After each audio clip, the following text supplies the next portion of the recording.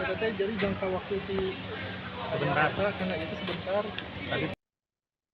Mahasiswi FKIP jurusan Bahasa Indonesia Universitas Siliwangi Tasikmalaya yang menjadi korban gazebo ambruk kini telah menjalani operasi. Sang mahasiswi yakni Reira melangsungkan operasi pasang pen di RSUD Dr. Soekarjo pada Selasa 18 November 2025. Diketahui ia menderita cedera retak tulang pipi lantaran tertimpa bangunan gazebo yang ambruk selesai latihan teater.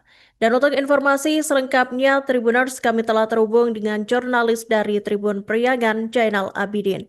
Silakan rekan Jainal Abidin dengan laporan selengkapnya.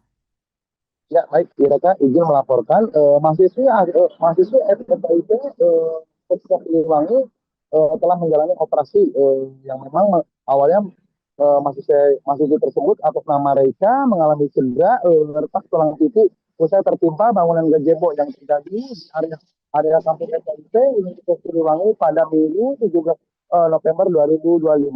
Menurut Wakil Rektor Universitas Siliwangi, Gumilar Boya menjelaskan memang pihaknya sampai saat ini terus memantau perkembangan mahasiswa tersebut. Karena dari 18 mahasiswa tersebut, hanya Reika yang memang mengalami cedera cukup parah dan harus menjalani operasi. Hanya itu, Gumilar menambahkan untuk proses operasi sendiri sudah berlangsung pada hari Selasa yang memang dilaksanakan di Rumah Sakit Umum Daerah Dr. Soekarjo Kota Tasikmalaya. Hanya itu, Gumilar pun menambahkan untuk biaya semua pengobatan baik perawatan pun semuanya di-cover oleh pihak kampus Universitas Siliwangi. Karena hanya Reika saja yang memang sampai saat ini masih menjalani perawatan sekaligus proses penyembuhan di Rumah Sakit Umum Daerah Kota Tasikmalaya. Sementara itu, menurut ayah korban yakni Anton menjelaskan memang Reira ini menjalani operasi pada pukul 9 pagi dan selesai pada pukul 12. Untuk proses operasi sendiri sudah berjalan lancar dan sekarang anak saya tengah melakukan proses penyembuhan sekaligus pemasangan perban di area pipinya yang memang sempat mengalami cedera usai tertimpa bangunan gazebo.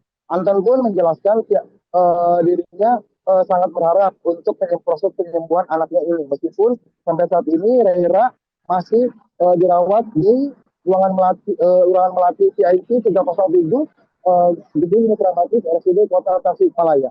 Sementara itu, untuk proses investigasi pihak kampus bersama Polres Tasikmalaya Kota dan program Kementerian PUPR masih melakukan investigasi terkait ambruknya bangunan gazebo yang memang sempat melukai belasan mahasiswa FKIP jurusan Bahasa Indonesia.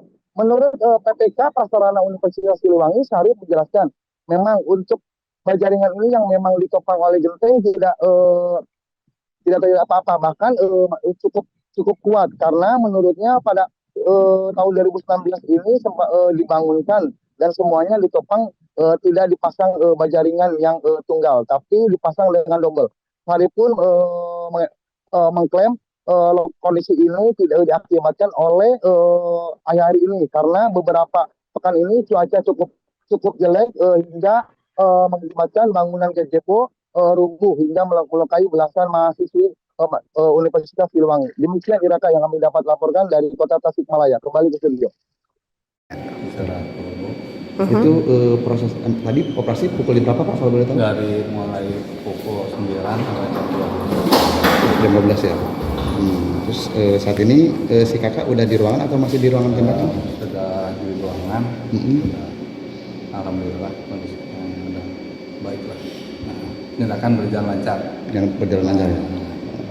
Terus itu dipasang pen atau gimana Pak? Kalau menurut keterangan dari tim dokter untuk cederanya? Belum tahu pasti kalau saya. Cuman tadi ya pokoknya istirahat dulu. Ini sudah proses gitu ya. Istirahat gitu. Yang saya tahu hanya baru seperti itu. Mungkin yang lain. Mungkin harapan mungkin ke depan ya untuk proses pemulihan si kakak ini seperti apa mungkin harapan dari kita? Ya semoga cepat selesai saja, bisa lancar gitu, sampai kondisinya betul-betul. Mungkin dari pandangan awal sih kita belum melihat secara dalam ya penyebab dari runtuhnya bangunan ini. Cuman kita sekarang dari pihak Sarpras kecil terutama ya, kita masih mencari penyebab teknisnya itu apa seperti itu. Karena kalau dilihat secara dokumen bangunan itu semuanya udah memenuhi dengan persyaratan itu. Kita kan udah ada perhitungan struktur dan lain sebagainya. Kemudian spesifikasi bahan yang kita beli juga udah sesuai dengan yang jadi ketentuan. Cuman kita masih melihat apakah ini dari cuaca akhir-akhir ini yang agak jelek, mungkin nggak ada kelemahan struktur dan sebagainya, atau mungkin dari kelemahan istilahnya itu pemeliharaan. Cuman nanti kita masih belum bisa menyimpulkan secara dalam, mungkin seperti itu. Dan juga yang bertanggung jawab terhadap salah satunya sarana prasarana yang ada di Unsil. Sekaitan dengan pertanyaan tadi untuk para korban, sebagaimana diketahui kemarin saya sampai malam yang 17 orang sudah di rumahnya masing-masing dan diserahkan ke keluarganya, dan karena keluarganya juga ada di rumah sakit, kecuali yang 1 orang masih ditangani di rumah sakit umum Sukarjo dan harus dilakukan operasi hari ini mudah-mudahan. Mengenai update-nya saya belum dapat laporan operasinya apakah sudah atau belum. Itu kalau mengenai kondisi yang lainnya. Yang lainnya tidak ada yang masalah lagi, tidak ada dari keluarga, karena kami sudah sampaikan jika ada apa-apa tolong hubungi kami. Jadi kami bertanggung jawab kepada semua korban tersebut. Nah, mengenai konstruksi itu memang karena saya bukan ahlinya, kemudian juga ini kan dibangunnya tahun 2019, tidak menunjukkan tanda-tanda adanya kerusakan yang kelihatan sebelumnya, karena itu tiap hari kan dipakai, tiap hari juga mahasiswa di situ kegiatannya. Jadi saya juga makanya kenapa kaget begitu. Cuman kalau menurut informasi saya juga kurang tahu bahwa sebelum kejadian sudah ada gejala itu. Cuma sayangnya mahasiswa tidak segera lapor. Nggak sigap karena kan ya. sedang libur, kami juga tidak tahu ya kejadiannya hari Minggu.